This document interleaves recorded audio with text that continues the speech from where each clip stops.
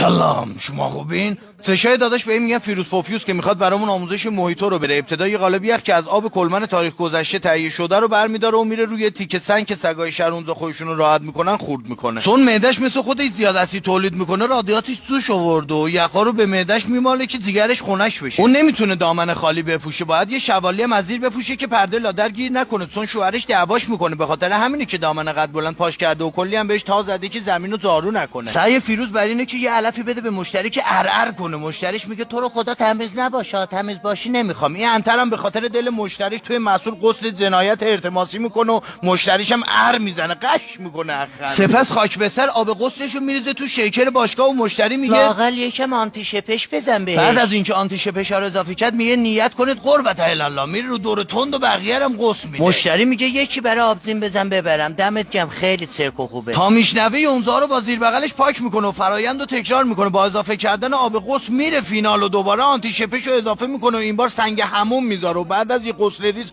با نافش بهش تم میده. مشتری میخواد حساب کنه، میگه بیا برو بقیه‌شم برای خودت پفک بخر. روز پوفیوز هم میگه چاکرم سالار. چرا برقا رفت؟ خداحافظ.